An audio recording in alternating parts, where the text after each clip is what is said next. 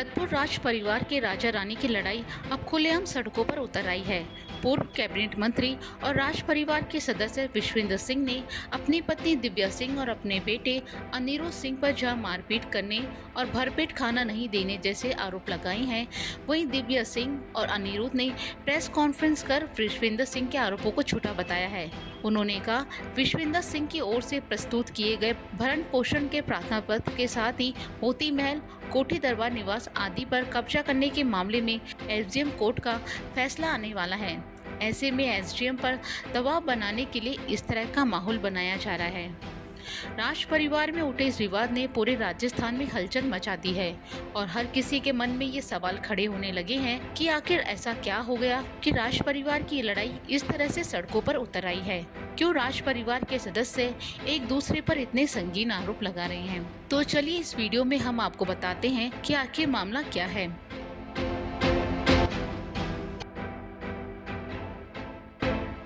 गहलोत सरकार में विश्वेंद्र सिंह कैबिनेट मंत्री रही हैं। साल 2013 और 2018 में वो कुमेरडीह सीट से विधायक रह चुके हैं। वहीं उनकी पत्नी दिव्या सिंह भी सांसद रही हैं।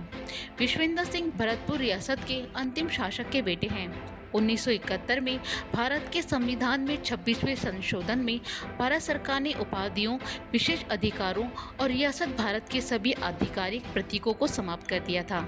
वहीं हाल ही में विश्वेंद्र सिंह पारिवारिक कलह को लेकर सुर्खियों में हैं। वैसे पूर्व राज परिवार के बीच करीब 4 साल से विवाद चल रहा है। इसके कारण विश्वेंद्र सिंह मोती महल के बजाय अन्य निजी आवास पर रह रहे हैं। अब उन्होंने अपने बेटे और पत्नी पर मारपीट करने का आरोप लगाया है।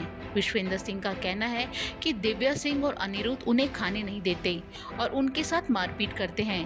वहीं खाना नहीं मिलने की वजह से उन्होंने घर छोड़ दिया और उपखंड अधिकारी के ट्रिब्यूनल में प्रार्थना पत्र देकर भरण पोषण खर्च की मांग की है। इसके साथ ही विश्वेंद्र सिंह ने पत्नी और बेटे पर संपत्ति हड़पने के प्रयास का आरोप भी लगाया है। उन्होंने एसडीएम कोर्ट में लगाए परिवाद में लिखा कि वो हृदय रोग से पीड़ित हैं। 2 स्टंट लगे होने के कारण टेंशन सहन नहीं कर सकते। 2021 और 22 में 2 बार कोरोना के चपेट में आ गए थे, लेकिन पत्नी और बेटे ने कोई सहायता नहीं की, यहाँ तक कि मिलने और देखने तक नहीं आए। विश्वेंद्र सिंह ने कहा, उन्हें अपने पिता से वसीयत के जरिए मिली संपत्तियों के हकदार केवल वही हैं और कोई नहीं है। वहीं दूसरी तरफ विश्वेंद्र सिंह की पत्नी दिव्या सिंह और बेटे अनिरुद्ध ने इन सभी आरोपों को झूठा बताया है। उन्होंने कहा, जो मारपीट के आरोप लगाए गए हैं उस समय विश्वेंद्र सिंह गहलोत सरकार में कैबिनेट मंत्री थे।